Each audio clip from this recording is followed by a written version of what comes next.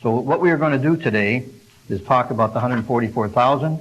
This is going to be more of a Bible study, but I want to let you know something beforehand. These are notes from the college when I went through the class, and I discussed these points with Mr. Adair, and they're pretty much the way he remembers them being taught by not only at the college, but he had notes in his Bible from Mr. Armstrong. And when he says, well, this is what Mr. Armstrong said, then that's where I am.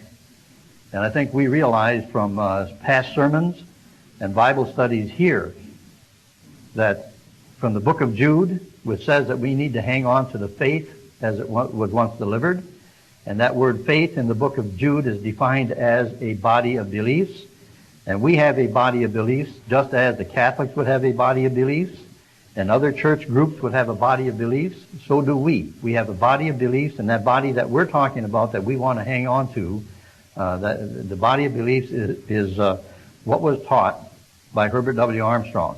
I can't think of anything or any area that he was off in a major way. So we hang on to those beliefs.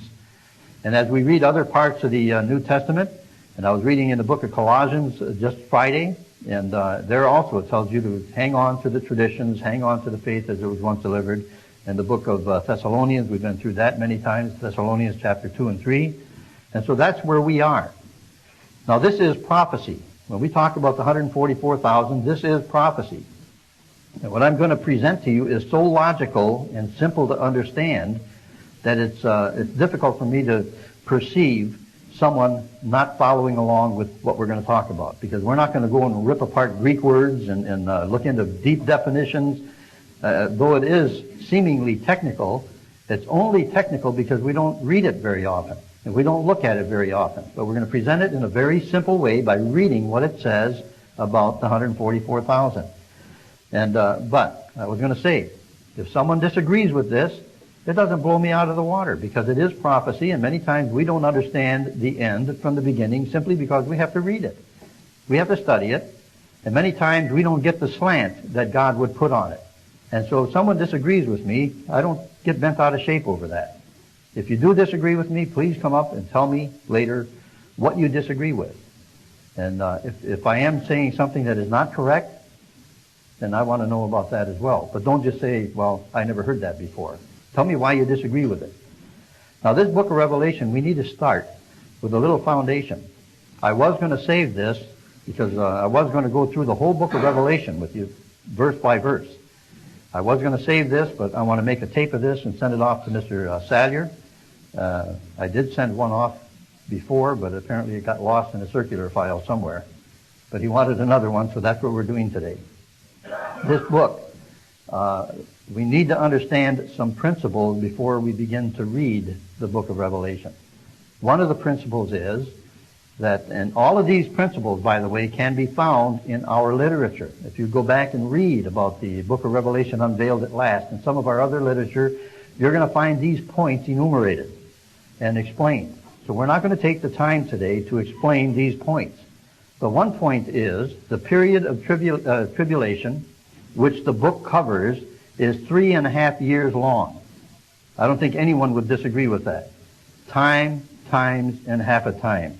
42 months, and so on. It's defined different ways in different places in the Bible, but nonetheless, it's 3.5 years long.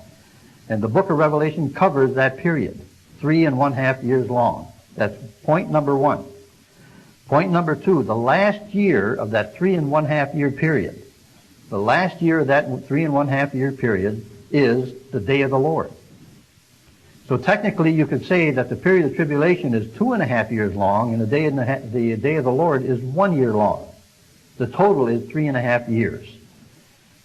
Number three, the book of Revelation is chronological. It's sequential. Events that happen in chapter 4 happen before chapter 5. Events that happen in chapter 5 happen before chapter 6. Now the chronology in the book of Revelation centers around the seals, because the seals are unveiled, they're unrolled, that scroll is unrolled, and the seals are loosed one at a time. They're opened one at a time. So seal number 1 occurs before seal number 2. Seal number 3 occurs before seal number 4. Now that doesn't seem very complicated, but sometimes when people read in between the seals, they take the events there out of context and out of time frame. So we need to understand that the book of Revelation is chronological, and the seals, more importantly than anything else in our attempt to understand who the 144,000 are, the seals are the focus of the chronology in the book of Revelation. All right, number 4. The book of Revelation is filled with symbolism. There are things mentioned in there that unless you understand the symbolism of the Bible, you will not be able to understand the book. Mountain is government, and so on. Beast is not describing some, as I thought when I first read the book back in the early 50s. I read that book and I didn't understand a word of it. You know, I saw this beast coming out of the water, and it's scary. I said, I don't want to read about a time like that. But when you understand that a beast is a symbol for something, and mountain is a symbol for something, and so on, you understand the symbolism of the book of Revelation, then you can piece some of the pictures of the puzzle together. All right, so number 4 was the book of Revelation is filled with symbolism. Number 5, and this is very important to our study of the 144,000, as we are going to contrast it with the great innumerable multitude, or the great multitude. The book of Revelation has frequent shifts in locale. You can be talking about one group, and it's going to say the locale is on the earth. The setting is on the earth. Then you're going to talk about something else, and the setting is going to be in heaven. All right, so you've got to take into consideration then the shifts in locale. And you can't lump a scene in heaven with a scene on earth. Number 6, and all of these are in our literature, by the way. Number 6 is Revelation is an account of divine judgment. Divine judgment and conflict that sweep the entire world. And so as it sweeps the entire world, and as it involves major events, it differs somewhat with what we read in areas such as Matthew 24.